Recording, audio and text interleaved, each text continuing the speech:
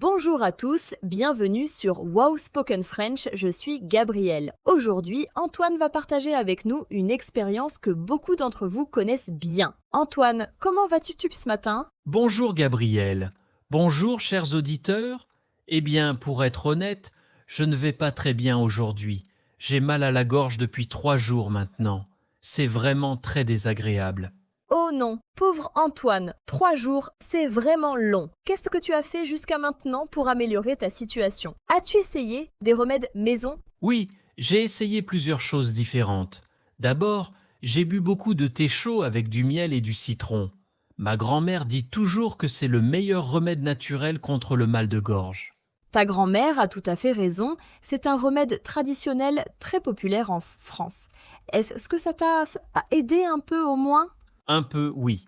Le miel adoucit ma gorge pendant quelques minutes, c'est agréable. Mais ensuite, la douleur revient toujours. Ma gorge me fait encore très mal, surtout quand j'avale de la nourriture ou même de l'eau. C'est comme des lames de rasoir. Aïe, c'est vraiment douloureux. Est-ce que tu as de la fièvre aussi? Avez-vous déjà eu mal à la gorge comme ça, chers auditeurs? Qu'est-ce que vous avez fait pour vous sentir mieux? Partagez vos expériences et vos remèdes dans les commentaires. Oui, j'ai vérifié ma température ce matin avec mon thermomètre digital. J'ai 38 degrés et demi. Hier soir, c'était 38 degrés exactement. Avant-hier, j'avais 37 degrés et 8. Je pense que je dois vraiment aller voir un médecin maintenant.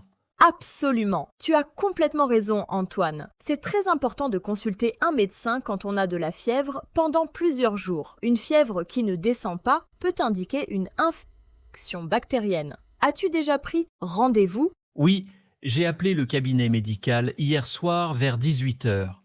La secrétaire, Madame Dubois, était très gentille et compréhensive. Elle m'a posé quelques questions sur mes symptômes au téléphone. Mon rendez-vous est cet après-midi à 14h30 avec le docteur Martin.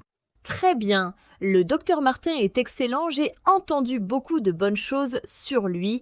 Tu es entre de bonnes mains. Mais Antoine, je te connais bien, tu sembles un peu nerveux. Qu'est-ce qui te préoccupe exactement?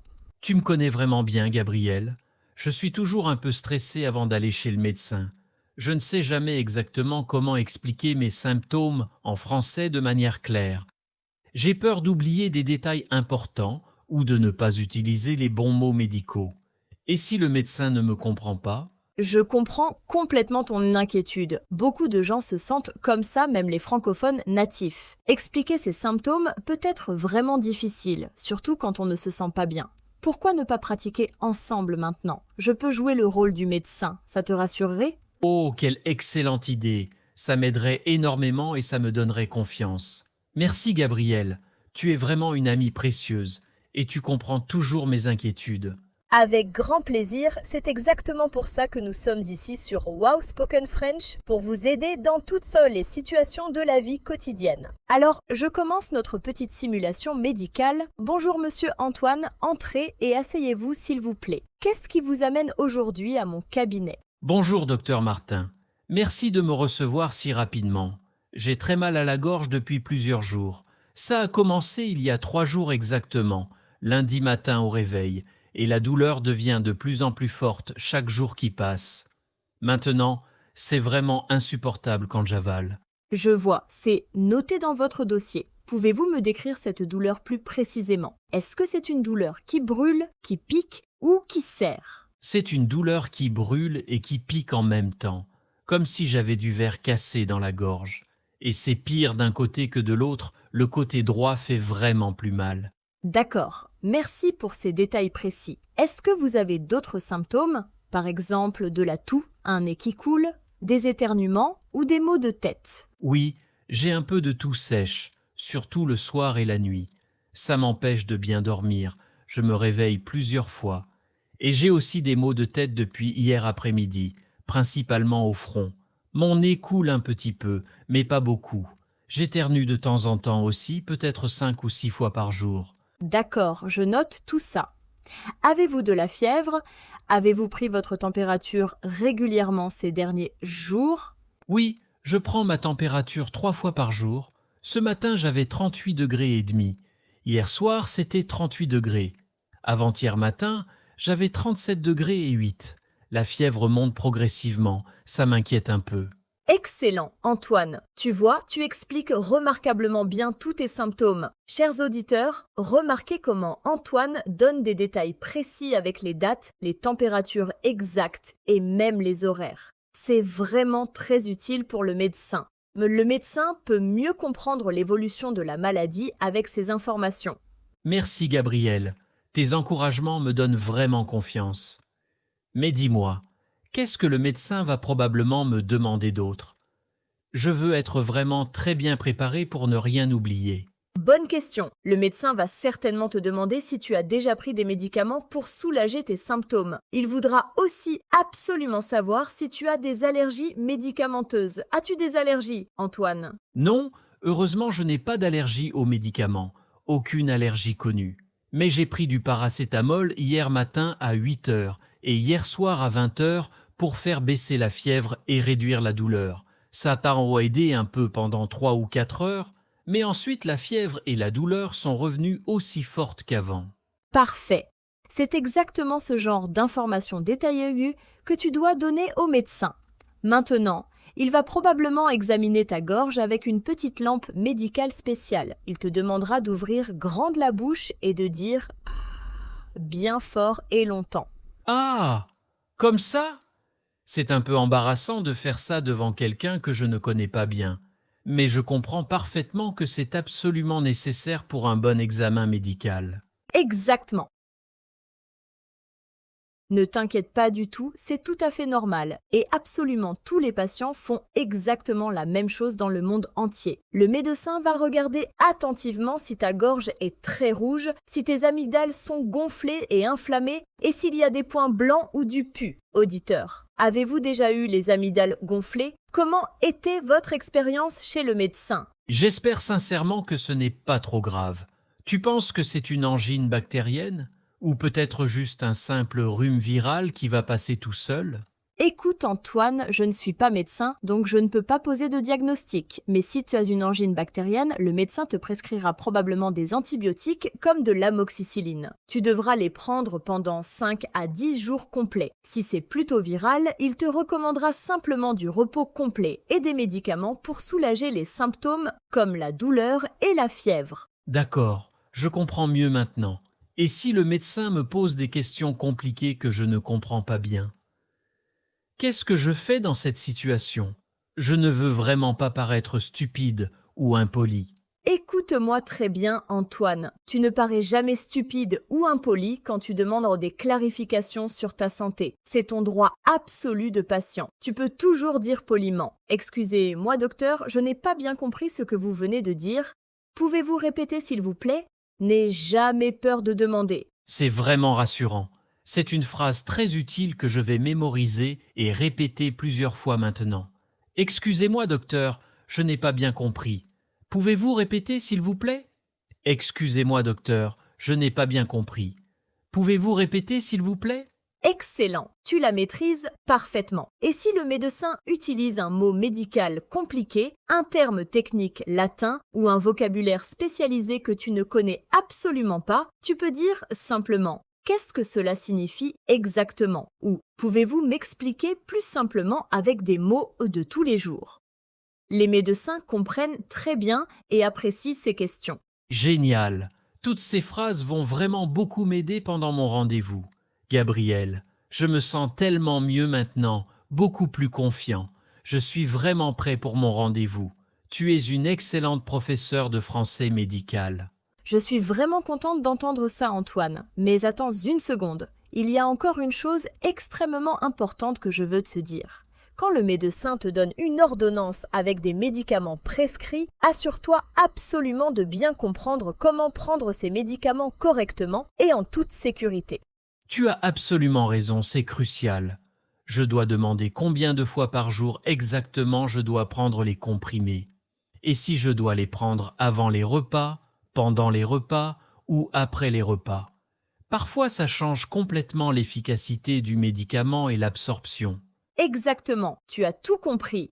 Et n'oublie surtout pas de demander au médecin s'il y a des effets secondaires possibles ou probables. Certains antibiotiques peuvent causer des nausées, des maux d'estomac, des diarrhées ou des vertiges. C'est vraiment important de tout savoir sur tes médicaments pour éviter les mauvaises surprises désagréables.